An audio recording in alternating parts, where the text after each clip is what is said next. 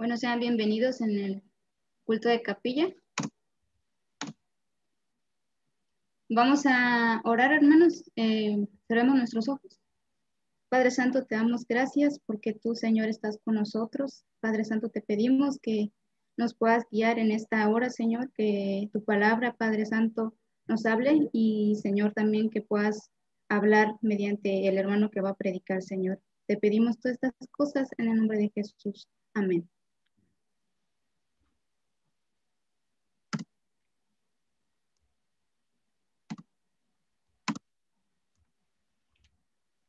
Hermanos, puse un espacio de gratitudes. Si alguien puede decir su gratitud rápidamente.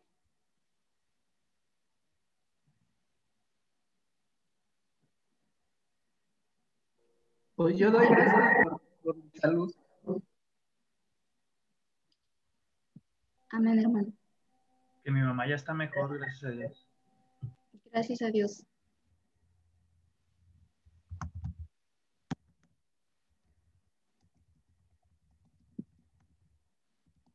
¿Nadie? Ok.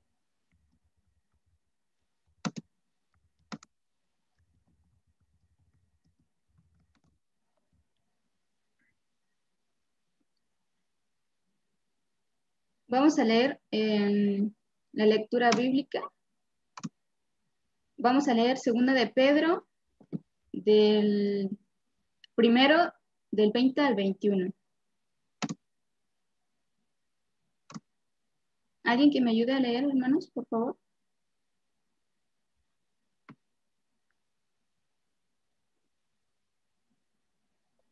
Dice, ok, Laura, si quieres. Entendiendo primero esto, que ninguna profecía de la Escritura es de interpretación privada, porque nunca la profecía fue traída por voluntad humana, sino que los santos hombres de Dios hablaron siendo inspirados por el Espíritu Santo. Amén.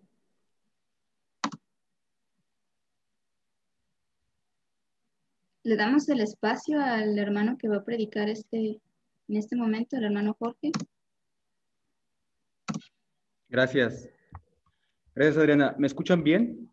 Me gustaría saber si escuchan bien. Todos por lo menos háganle así, porque como estamos acá en el seminario Leisi, entonces de pronto hay algunas ocasiones en que no sé si se escucha bien la voz. Y bien, vamos a hablar entonces en esta tarde de un aspecto importante, más que una, no sé cómo decirlo, una predicación, quizás será una charla respecto a la naturaleza de la revelación bíblica y sus implicaciones para nuestro ministerio de enseñanza. Y quiero que me acompañen a leer la Biblia en el pasaje que ya leímos, pero ahora la veremos desde la nueva traducción viviente y dice de esta manera: sobre todo tienen que entender que ninguna profecía de la Escritura jamás surgió de la comprensión personal de los profetas, ni por iniciativa humana. Al contrario, fue el Espíritu Santo quien impulsó a los profetas y ellos hablaron de parte de Dios. Y luego vámonos al capítulo 3 de esta carta de Pedro y dice lo siguiente: y recuerden que la paciencia de nuestro Señor da tiempo para que la gente sea salva. Esto es lo que nuestro amado hermano Pablo también les escribió con la sabiduría que Dios le dio. Al tratar estos temas en todas sus cartas, algunos de sus comentarios son difíciles de entender. Y los que son ignorantes e inestables han tergiversado sus cartas para que signifiquen algo muy diferente, así como lo hacen con otras partes de la Escritura. Esto resultará en su propia destrucción. Muy bien, pues comencemos por el principio. Bueno, discúlpenme, comencemos por el título. Es lo que quisiera decir. Comencemos por esto. Yo le puse así: la naturaleza de la revelación bíblica y sus implicaciones para nuestro ministerio de enseñanza. Es verdad, el título es un poco largo y seguramente cuando ustedes vean predicación van a decirles, bueno, no deben de poner títulos tan largos. Parece más bien el título de una tesis, así que aquellos que están ahorita llevando proyecto de titulación, tomen una idea, quizás puedan tomar desde aquí una tesis que pudieran investigar. Y es necesario que yo pusiera este título porque yo quiero hablar hoy sobre la naturaleza de las escrituras y lo que esto implica en nuestro ministerio de enseñanza. No le quise poner la naturaleza de la revelación bíblica y sus implicaciones para nuestro ministerio pastoral, porque los misioneros iban a sentir mal, ¿no? Y si le ponía la naturaleza de la revelación bíblica y sus implicaciones para nuestro ministerio misionero, pues los pastores se me iban a sentir. Entonces, pues yo no quise dejar a nadie excluido. Yo en esta era de inclusividad le puse ministerio de enseñanza. Así que ya sea que vayas a ejercer el pastorado, o vayas a ser misionero, o vayas a ser un maestro en una institución como el Seminario Leisi o maestro en la iglesia, lo que sea que vayas a hacer, este mensaje es para ti. Y miren, cuando nosotros nos toca predicar sobre doctrina, es un reto interesante porque puedes terminar llenando de información a la gente y tus oyentes, como no les hace sentido a la realidad que están viviendo, se les puede volver demasiado pesado y a los 5 minutos la gente la perdiste completamente. No sé, es como Homero Simpson cuando dice que se ponía a ver una película que no le gustaba y en su imaginación él se inventaba otra historia para que al final de cuentas no se durmiera en la película. Sucede algo parecido cuando nosotros predicamos o hablamos acerca de una doctrina. Bien, pues habiendo dicho lo anterior, cuando Pedro escribe esta carta a los cristianos, lo hizo porque estaba enfrentando un escepticismo de su época. En esa época había falsos maestros que engañaban a creyentes ignorantes. Ellos estaban engañando a creyentes ignorantes o inestables que ponían en duda, fíjense bien lo que estaban poniendo ellos en duda. Ellos ponían en duda la realidad de la primera venida de Cristo y por lo tanto, si Cristo no vino la primera vez, tampoco va a venir una segunda ocasión, y si no hay una segunda ocasión o una segunda venida, tampoco habrá juicio final. Entonces, el problema que Pedro está tratando en esta segunda carta es eso, es que hay gente que no cree que Cristo haya venido ni siquiera la primera vez.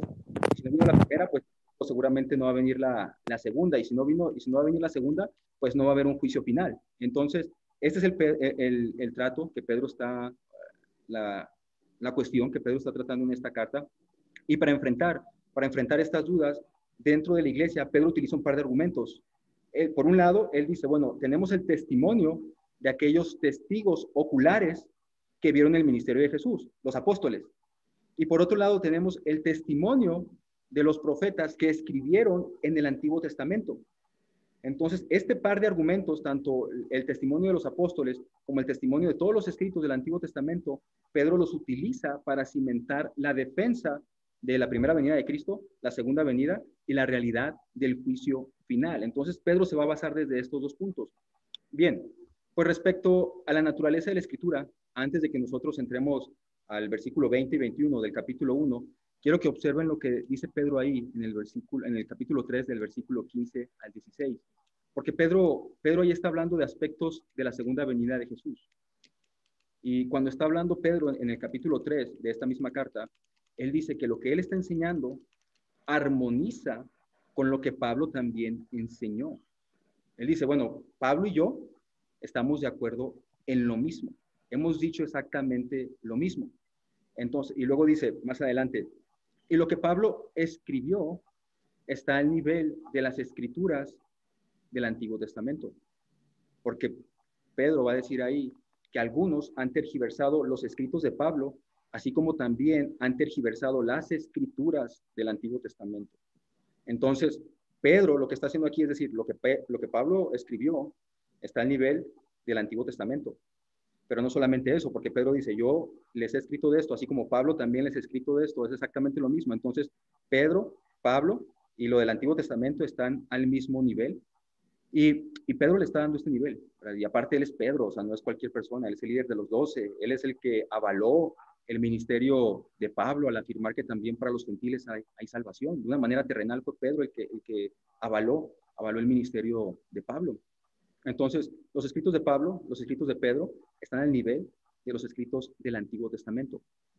Es decir, tanto Pedro como Pablo, como el Antiguo Testamento, hablan de parte de Dios. Y esto es importante, no se pierdan. Esto es bien importante porque Pedro está diciendo que Pablo, Pedro y el Antiguo Testamento está hablando de parte de Dios. Entonces, lo que Pedro va a decir acerca de los profetas en el capítulo 1, por extensión, se lo podemos aplicar también a lo que Pedro y a lo que Pablo escribieron. Y de hecho, Pedro va a decir que Pablo escribe con la sabiduría que Dios le dio. Es decir, su enseñanza proviene de Dios. Ahora sí, teniendo en mente esto, podemos entrar al capítulo 1, versículo 20 y 21, que fue el que leímos al principio. Sobre todo, tienen que entender que ninguna profecía de la Escritura jamás surgió de la comprensión personal de los profetas, ni por iniciativa humana. Al contrario, fue el Espíritu Santo quien impulsó a los profetas y ellos hablaron de parte de Dios. Generalmente cuando nosotros leemos este versículo en la Reina Valera del 60, yo creo que algunos de ustedes la tienen, dice algo así: entendiendo primero esto, que ninguna profecía de la Escritura es de interpretación privada.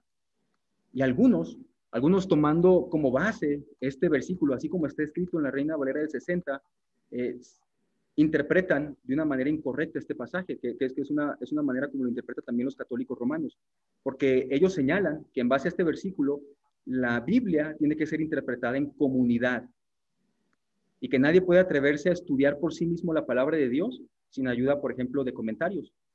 En el caso de los católicos, es obvio que ellos interpretan este versículo de esa manera porque ellos señalan que quien puede interpretar la Biblia de una manera correcta es el magisterio.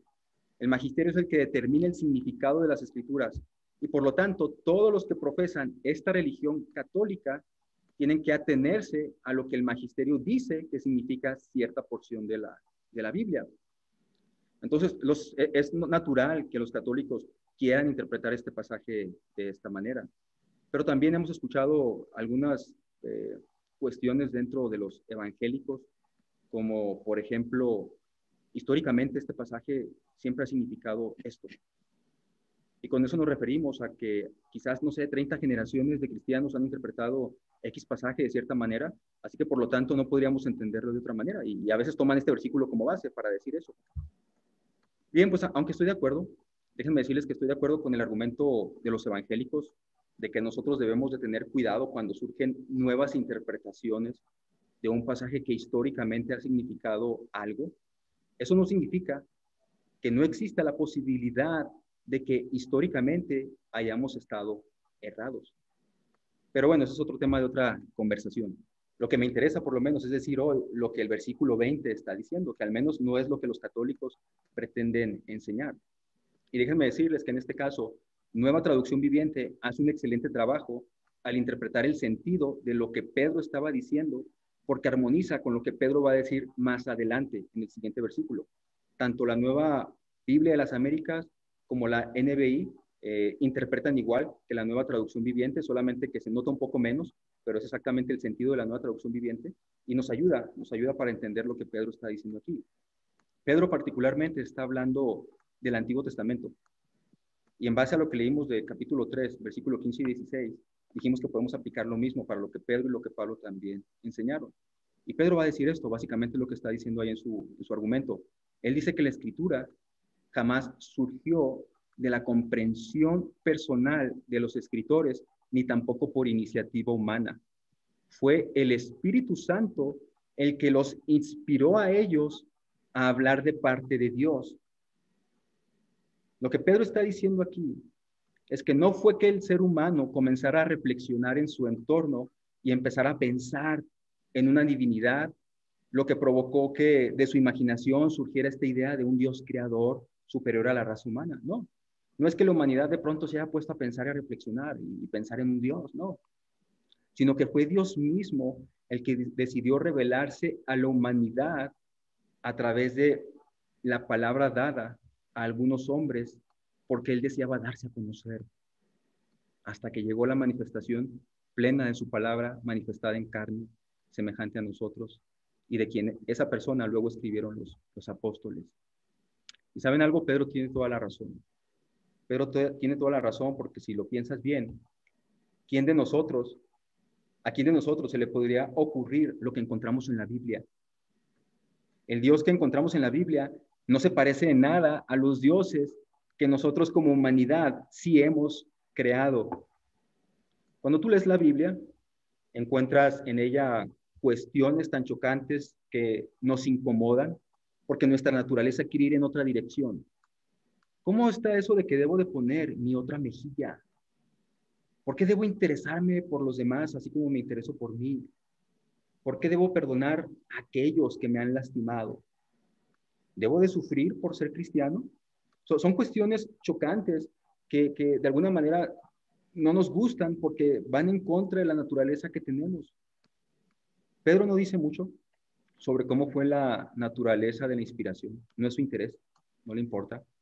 Eso lo van a ver ustedes en doctrinas quizás, donde van a ver la traducción dinámica y todo este tipo de traducción mecánica y todas estas. Pero lo que sí dice Pedro aquí es que lo que encontramos en la Biblia es la palabra de Dios. Ahí encontramos lo que Dios quiere comunicarnos a nosotros. Un mensaje que nosotros necesitamos. Un mensaje disruptivo que invita a una renovación radical, transformados por la fe puesta en su palabra, en Jesucristo. El que viene al Padre por medio del Hijo sufre un proceso de transformación y ya no vive para sí, sino para aquel que lo salvó y lo perfecciona cada día. Pero esta escritura, precisamente porque su ADN es divino, corre el riesgo de ser malinterpretada por el ser humano. Así como Pedro va a comentar que los escritos de Pablo, que los ignorantes y los inestables han torcido para que signifiquen algo distinto. Algunos lo hacen por dinero. Otros lo hacen porque buscan placeres terrenales, es lo que Pedro va a decir en su carta. Y aún otros lo hacen simplemente por ignorancia. Hay algo que yo llamo teología popular. Y con esto me refiero a las ideas que la gente se hace de Dios. Porque o alguien se los enseñó así y no lo comprobaron ellos con la Biblia, o porque simplemente ellos han pensado un poco y se han hecho estas ideas acerca de Dios. Y sus concepciones acerca de Dios surgen de su imaginación, lo que finalmente es ignorancia porque ignoran lo que está escrito. Y miren, para darles un ejemplo, les quiero dar un ejemplo de una canción de finales de los 80, interpretada en español por Leo Dan, que se llama El último beso, que realmente es una traducción del inglés de una canción que se escribió por allá en los años 60. Discúlpenme los que son millennials, yo sé que a lo mejor ustedes no han escuchado esta música, pero los demás sí. Pero bueno, el detalle es que esta canción, vean lo que dice. Dice ahí, íbamos los dos al anochecer, obscurecía y no podía ver. Yo manejaba, iba a más de 100. Prendí las luces para leer.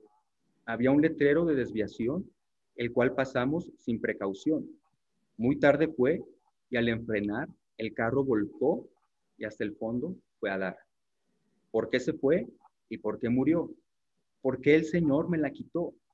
Se ha ido al cielo y para poder ir yo, debo también ser bueno para estar con mi amor. No sé, ya no. Pero lo que quiero que vean, a qué me refiero, es que según esta canción, además de recordarnos que debemos de manejar con precaución, según la teología popular de esta canción, consideran que la manera de ir al cielo es siendo buenos y que además en el cielo esta persona podrá continuar con su relación sentimental.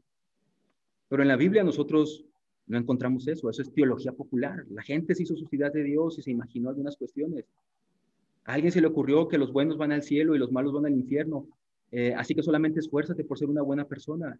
Pero lo que encontramos en la Biblia es que todos somos malos y que los que se van al cielo no es porque sean menos malos que los otros malos.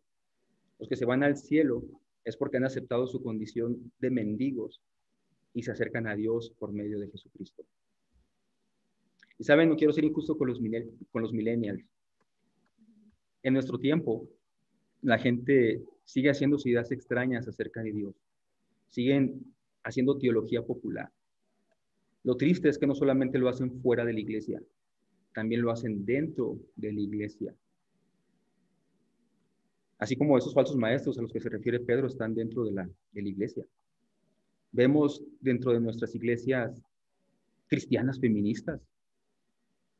¿Cómo es posible? Cristianas feministas. Vemos cristianos machistas también. Vemos cristianos inclusivos que aprueban la unión de personas del mismo género porque eso es amor. Vemos ministros gay.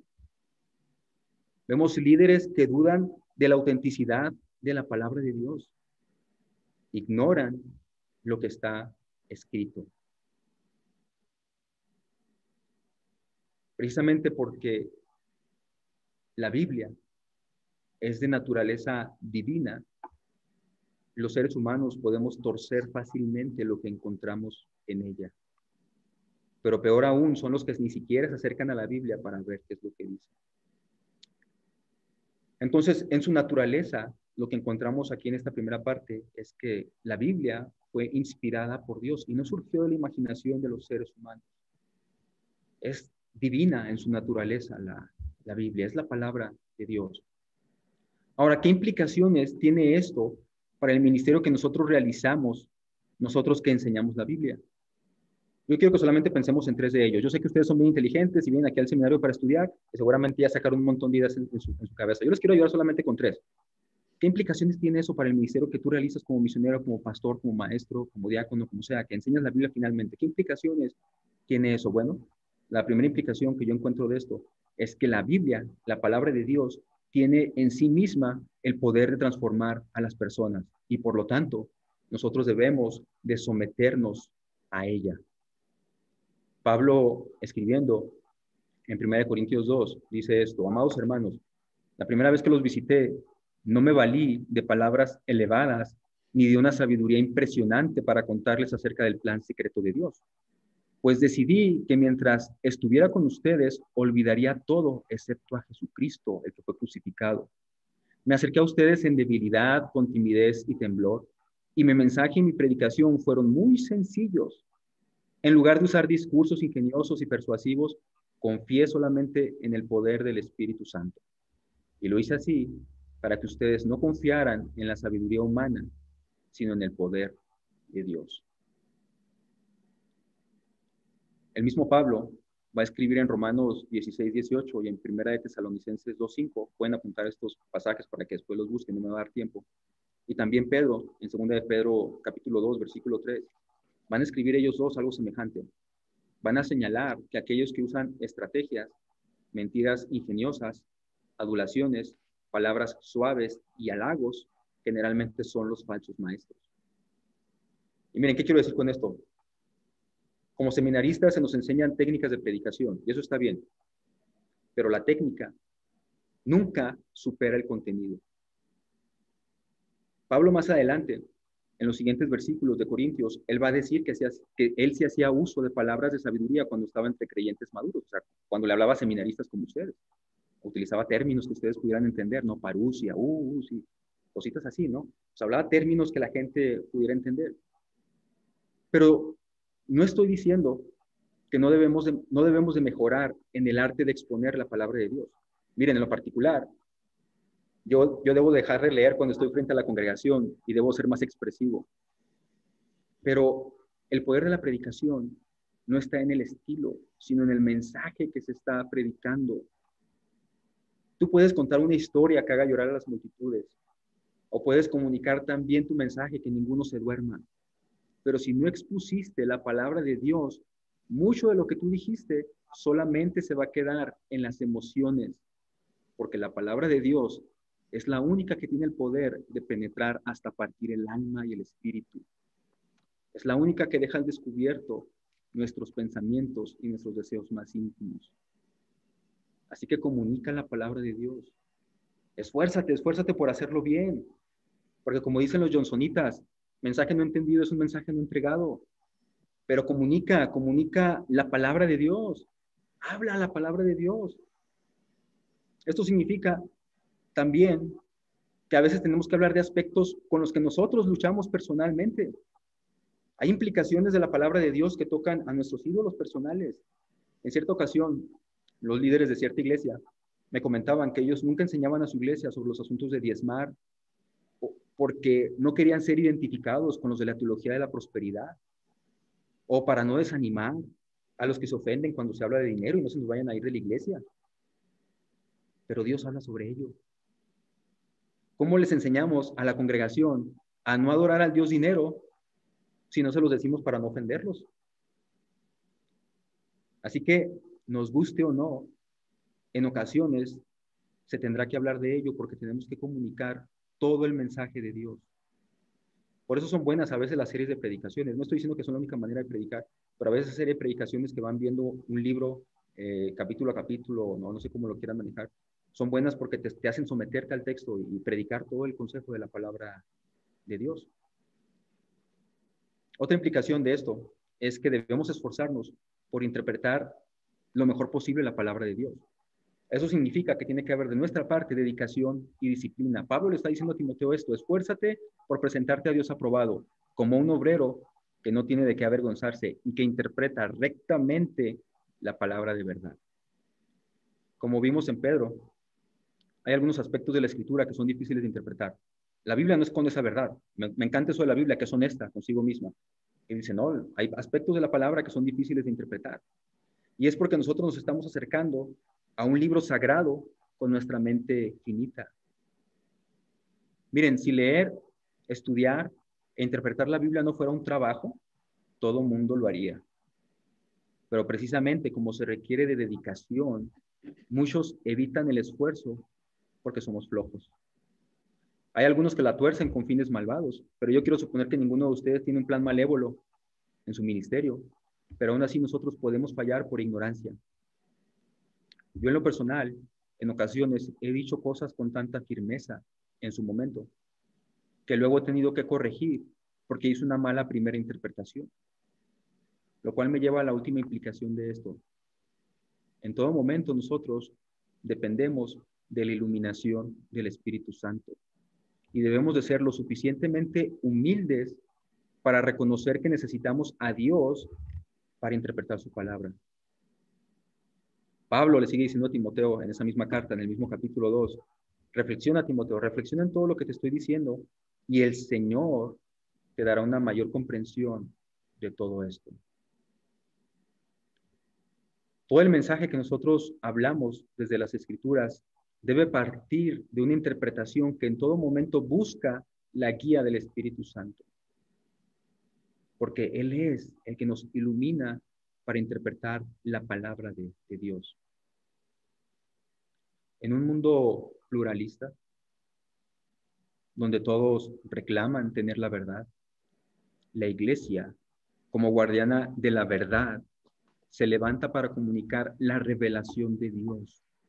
Y no lo hacemos con armas carnales, porque las armas de nuestra contienda no son carnales, sino poderosas en Dios para la destrucción de fortalezas, destruyendo especulaciones y todo razonamiento altivo que se levanta contra el conocimiento de Cristo y poniendo todo pensamiento en cautiverio a la obediencia de Cristo.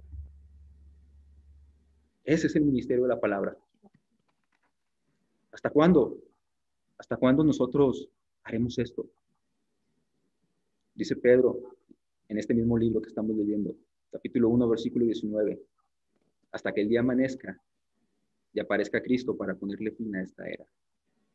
Y entonces le veremos cara a cara y ya no habrá más confusión. Que el Señor les bendiga por medio de su palabra.